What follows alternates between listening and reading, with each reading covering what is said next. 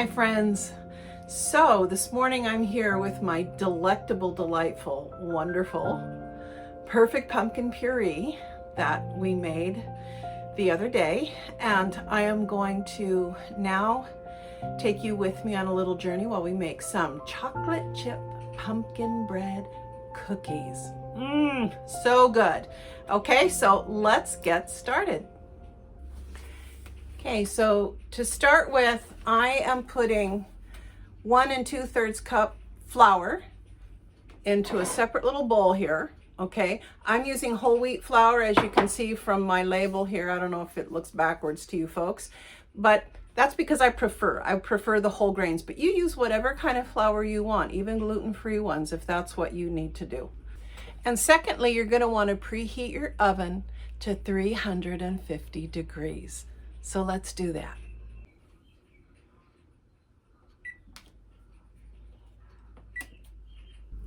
So let's first focus on gathering up our dry ingredients. Here in this bowl, I have 1 2/3 cups flour. I'm using whole wheat flour. Again, use whatever kind of flour that you wish to use. And I'm adding to that a teaspoon of baking soda. I've got all my spices all in this little dish here. Okay, so 1 teaspoon baking soda, a teaspoon ground cinnamon, 3/4 teaspoon salt, 1/2 teaspoon baking powder,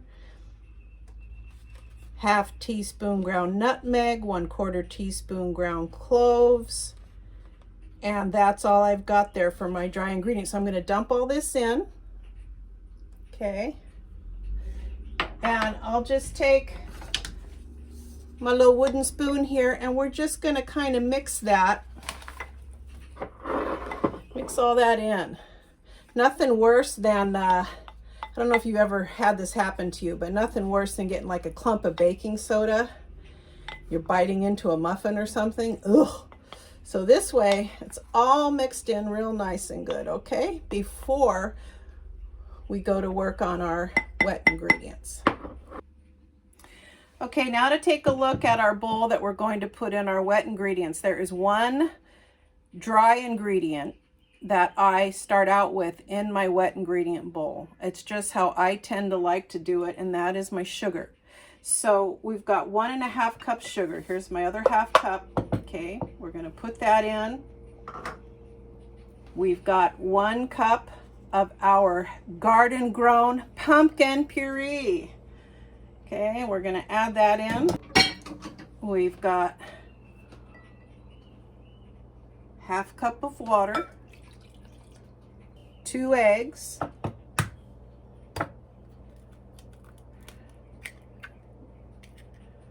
okay, if you want to be careful to not get any shells in, you can first put your eggs in a little dish like this.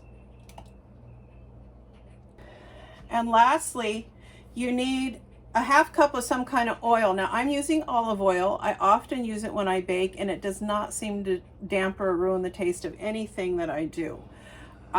But you can use whatever kind of oil you want. If you like canola oil, I tend toward olive oil because it's more healthy. Olive oil or coconut oil, or just a stick of butter. So that's the other way you could do it. You can use butter. Okay, but you need some kind of oil in there. I'm going to mix all that in real nice.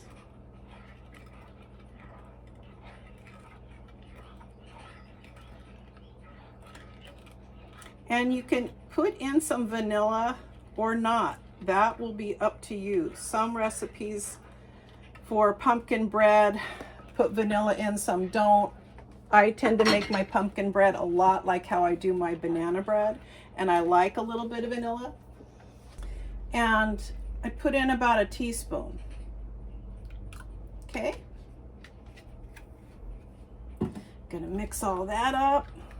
And then once you have all of that, let me just tell you 2 other ingredients you're gonna need for this. This, for me, is a chocolate chip cookie recipe. It's chocolate chip pumpkin bread cookies. And they fluff up kind of like pumpkin bread, but they're going to be in the shape and size of kind of a big cookie. So you're going to need a pack of chocolate chips if you're doing it my way. If you just want plain old pumpkin bread, you don't have to put these in. but I love to put them in. And you're gonna want some walnuts, unless you are allergic to them, of course. And you're just gonna want a big handful of these to chop up. Okay, so now we're gonna continue on with slowly adding in our dry ingredients and mixing that. Makes it easier to mix in if you just do it a little bit at a time. And I like to turn my mixing clockwise, because counterclockwise, if you think about it, you know, clockwise usually means increasing, and just in our life, it means more hours in a day. I'm an old energy healer, so it always has meant to me increasing positive energy, where backwards might be the opposite of that, right? So I just tend to turn my food clockwise when I do it. I'll put in the rest of this. It's just an old habit. I'm in my 50s, you know, I've been baking a long time and making soups and everything. I tend to turn clockwise. Always want to bake with this attitude of caring for those who will be eating your food. You infuse it with love and care and really good vibes. And that's the way that I do stuff. So my mixture is a little bit on the liquidy side. So I'm going to add in a little bit more flour, and you can just do this, you know, you can eyeball it, but you want them to be able to stay in enough of a shape that when you put your cookies onto the sheet, it's not going to just run all over the place, right? So sometimes you need to add in a little bit more depending on how thick or how liquidy your pumpkin is. And mine was a little bit liquidy. I had a really watery pumpkin that I made puree from. Or how big your eggs are. All those sorts of things will affect the consistency. So if you want to make sure you're getting a good consistency for cookies. So I just put in a little more flour. So I'd say I probably put in an extra 2/3 cup of flour with this particular batch. Okay. And you can see how that's quite a bit thicker now. Okay. So now we're going to add in some chocolate chips. And I'm going to use the whole pack because I love chocolate. That's just me. Okay, that'll thicken it up a tiny bit as well. Okay.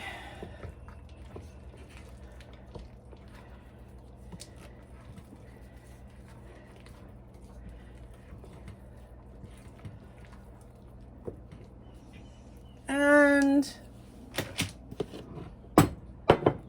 let's do a handful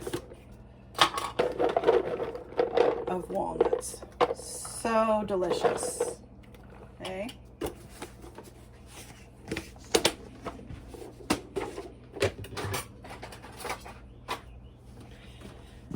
My walnuts are whole, so I'm just going to chop them up a little bit. I don't want them too small. I kind of like to have some big chunks in there. You can do this however you prefer. It's the fun thing about home cooking. You make it how you want it. Okay, now we're going to add this to our mixture.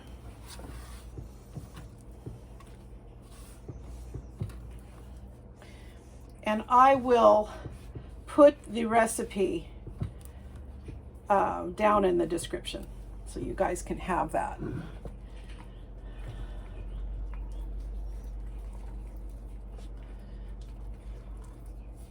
Great. You can see that looks so good. Now I'm using, this is a 1/4 cup scooper, and I'm just getting a scoop of mix like this, and I'm going to plop it on my sheet. And these are going to spread out a bit.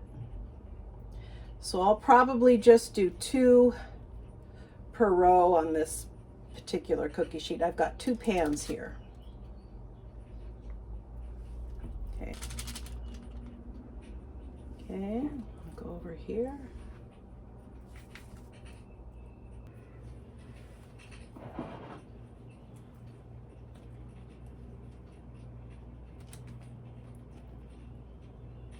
You can make them whatever size you prefer.